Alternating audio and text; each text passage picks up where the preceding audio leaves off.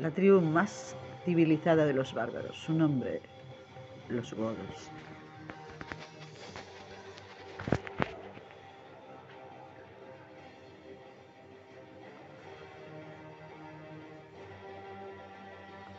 Los godos fueron fuertes, siempre abocados a la única causa de la supervivencia, nomadeando por el territorio europeo, siempre agrupados, cumpliendo con la ley, con la legislación germánica.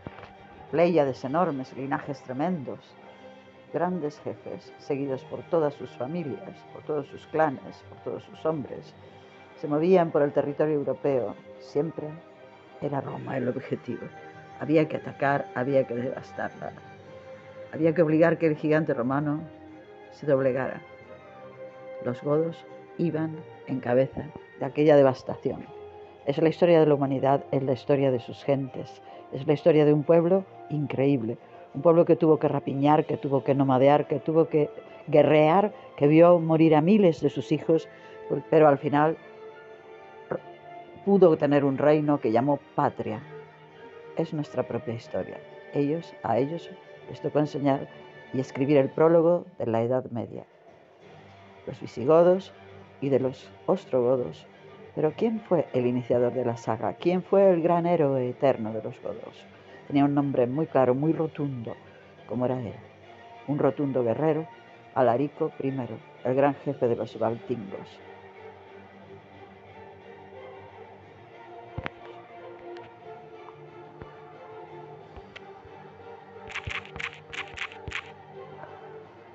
Posiblemente los godos hayan saltado desde una isla llamada Gotland en Suecia, pero en el año 50 a.C., pues casi justo cuando Julio César acababa de derrotar a los galos en las Galias, los godos saltaron a tierra. Su propósito inicial era dominar las riberas del Vístula, y ahí estaban, faltando 50 años para que terminara ese siglo I a.C. Los godos saltan a tierra en el continente, y ahí los encontramos en tres grupos diferenciados: los de los bosques, o tribus de los bosques, los terringos, llamados también la tribu de las rocas, y la tribu de las llanuras. Lucharon contra los gépidos, contra los vándalos, contra todos. Se aliaron con todos. Avanzaron inexorablemente por el territorio europeo. Finalmente los goti los absorbieron y de allí tomaron el nombre godos. Durante siglos fueron caminando por el continente. Fueron vadeando ríos como el Volga, como el Vístula. Finalmente llegaron al Danubio. Y el Danubio les gustó. Por el Danubio deambularon durante meses, durante años, durante siglos. En el siglo III ya habían creado dos grandes grupos. Por un lado, los ostrogodos, que buscaron sitio acomodo en lo que es hoy Ucrania. Allí se llamaron ostrogodos, los godos orientales, mientras que los nuestros, conocidos como los occidentales, los godos, los visigodos, la zona de Transilvania, la zona donde consiguieron establecerse. Los visigodos todavía vivían en zonas inexpugnables para los romanos. Tuvieron que dejarles vivir y firmar pactos con ellos, entregar feudos, y por fin los godos comenzaban a tener un terreno al que llamar patria. Desde el año 300 comenzaron una extraña relación con el Imperio Romano y que tendría amplias consecuencias.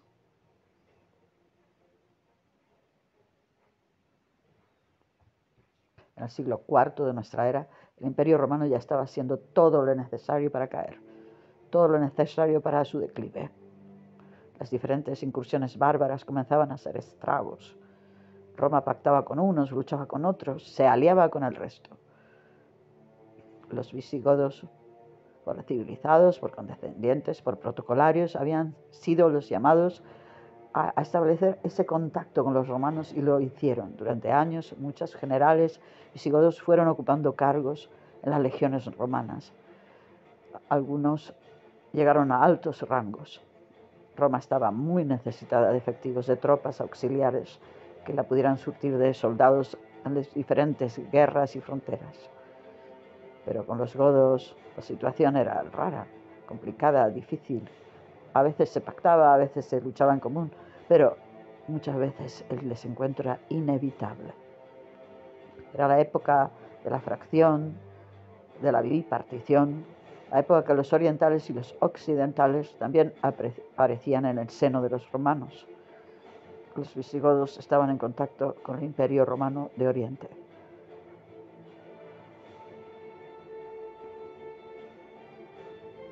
Uno de los múltiples desencuentros se produjo la enorme batalla de Adrianápoli, año 378 después de Cristo. Allí los romanos orientales vieron perder como emperador a Valente. La caballería visigoda pasó por encima de las legiones romanas orientales y los visigodos camparon a sus anchas durante 5 años. La devastación fue total en la península balcánica. Las hordas visigodas hicieron acopio de fuerzas e inundaron con sus lanzas, sus arcos, sus espadas por el territorio griego. A todo esto ya había nacido en la desembocadura del río Danubio, en el delta del Danubio, un joven, había nacido un pequeño llamado a ser uno de los grandes líderes de los visigodos. En el año 370, efectivamente, había nacido Alarico. Alarico pertenecía al clan de los Balta. Balta, ancestral jefe de los visigodos, significa audacia. En ese clan de los audaces había nacido Alarico. Y desde luego que los dioses lo habían elegido a este mítico Alarico para ser un gran caudillo, un gran líder de la nación. Todo esto en un contexto terrible también para los propios bárbaros, porque desde las estepas más orientales llegaba el ímpetu de los jinetes hunos, esos jinetes temibles, esos jinetes que asolaban a su paso. También los bárbaros europeos sufrieron el azote de los hunos. En ese año 376 habían comenzado las primeras incursiones. Alarico vio cómo su pueblo combatía a los romanos y también intentaba frenar a los hunos. Una rara situación, y raro era el año cuando no había una guerra, un hecho terrible, un hecho cruel, una hambruna. Los visigodos eran fuertes como aquellos espartanos. Había que sobrevivir a toda costa, había que perdurar. Los linajes godos debían mantenerse. Pronto alguien debería asumir el mando. En Roma, el gran emperador Teodosio, un cristiano ferviente, dio la casualidad que en el siglo IV los visigodos también fueron cristianizados por el obispo. Tradujo la Biblia al visigodo, utilizando términos latinos, términos nórdicos y griegos. Al final confeccionó una Biblia para los godos, y estos se aferraron a la fe.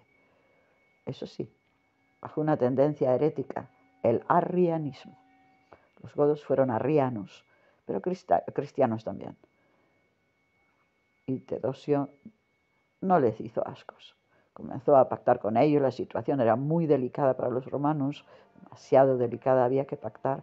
Los visigodos eran fuertes, eran un gran pueblo, un buen número de efectivos y además acostumbrados a luchar a la manera germánica. En aquellos tiempos, los nómadas de Europa dedicaban prácticamente el 25% de su población a la guerra. Es decir, si una gran tribu como la de los bebos o alanos o vándalos tenía 200.000 habitantes, pues prácticamente 50.000 eran guerreros. 50.000 vivían para y por las armas, para y por la lucha, y esto Teodosio lo sabía. Los visigodos eran tremendos y rotundos guerreros. Año 394. Alarico tiene 24 años tan solo. La imagen era espectacular. Alto, bello, bellísimo. Era un narciso de los godos. Pelo rubio, trenzado en barba y melena, manejaba a la perfección la espada, disparaba con certeza sus flechas y acometía con ímpetu con su lanza. Además de esto, era un espléndido jinete, bien musculado, bien preparado. Alarico representaba el ideal de la belleza y de la valentía de los godos. Con 24 años asumió el mando único de las tribus visigodas.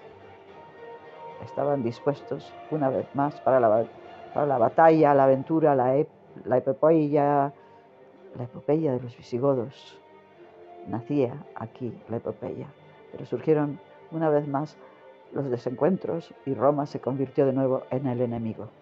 En el año 395, aquel joven líder, fue elevado a la categoría de rey, el primer gran rey, gran caudillo de los visigodos, Alarico I.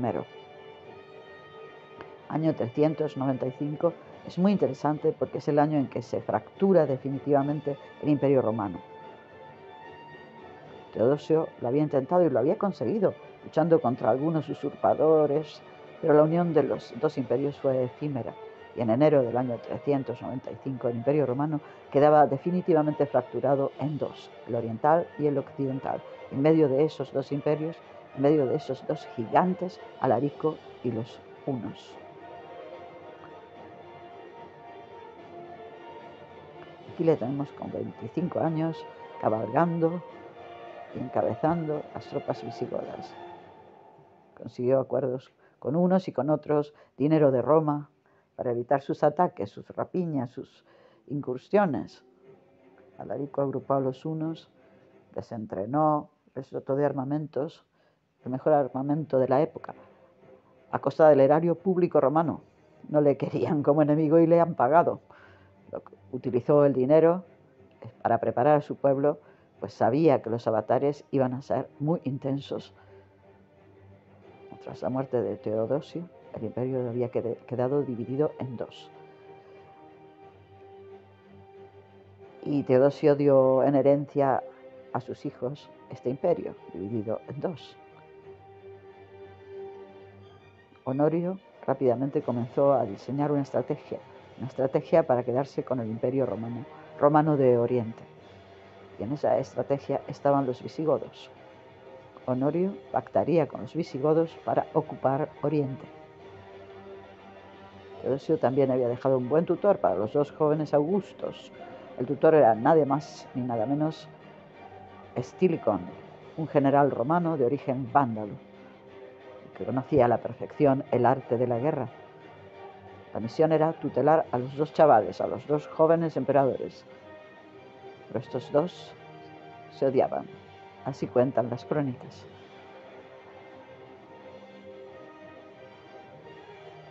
Tras múltiples desencuentros, llega de nuevo la oportunidad para que en el año 400 se siente muy afectado, muy perjudicado por algunos honorarios que no habían llegado desde Roma, Alarico, y Alarico toma una decisión fundamental: invadir la península italiana, tomar y saquear Roma, que es el momento definitivo, es uno de los momentos cumbres para la humanidad.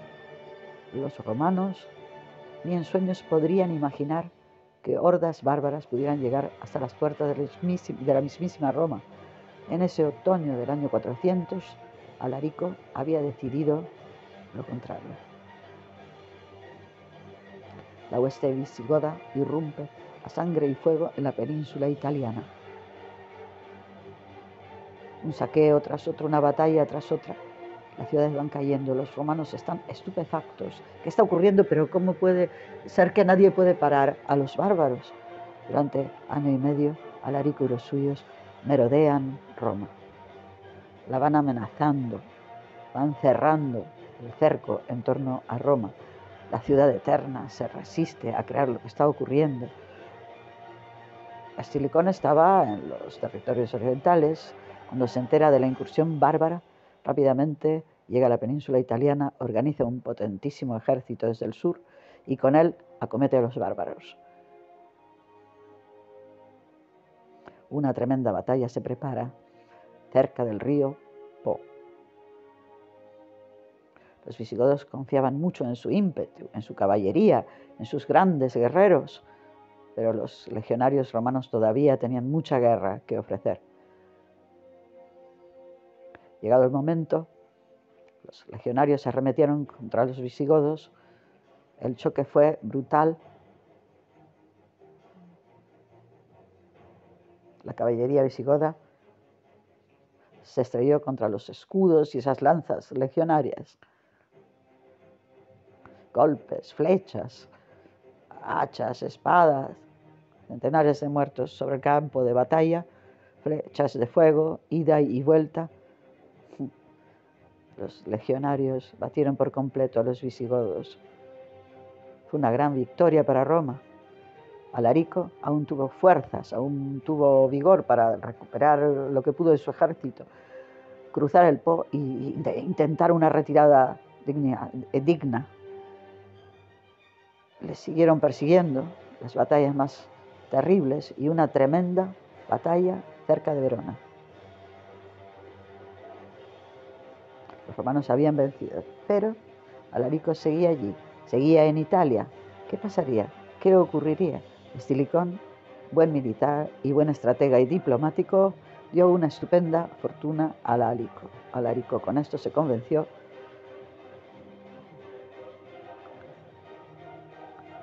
cogió el dinero y se largó, y fue la primera intentona de los bárbaros. No sería la última. En el año 403, los bárbaros habían huido definitivamente de la península italiana.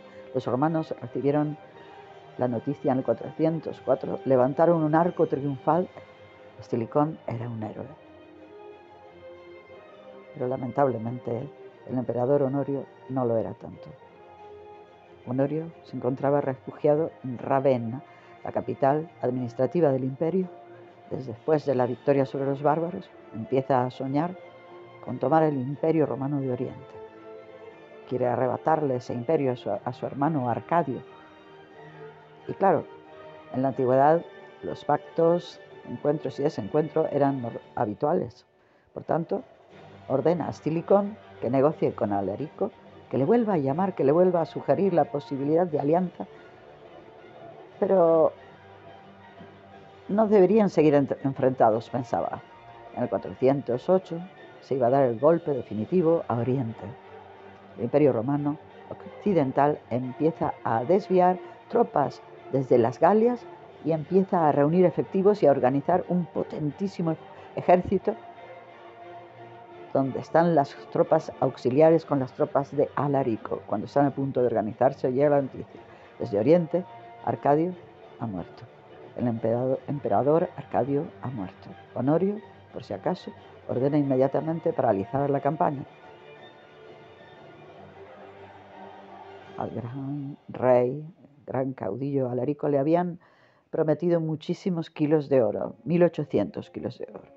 Estilicón sugiere a Honorio que se los pague y que se largue y que se vaya, pero Honorio desatiende, siempre menospreciando, siempre subestimando, siempre riéndose de supuesto poder de los bárbaros. Y pues si fuera poco, Honorio desconfía de Estilicón, piensa que tanto Alarico como Estilicón han confraternizado, que incluso pueden encabezar una revuelta para quitarle el trono y hacerse con el mando del Imperio Romano de Occidente.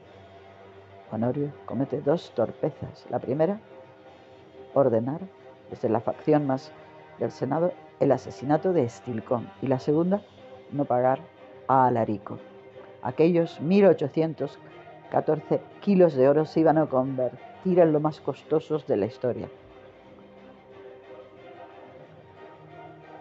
Los soldados de Estilicón, muy preocupados por la muerte de su jefe, deciden no rendir más tributo a Roma, y 30.000 de ellos se pasan al mando de Alarico.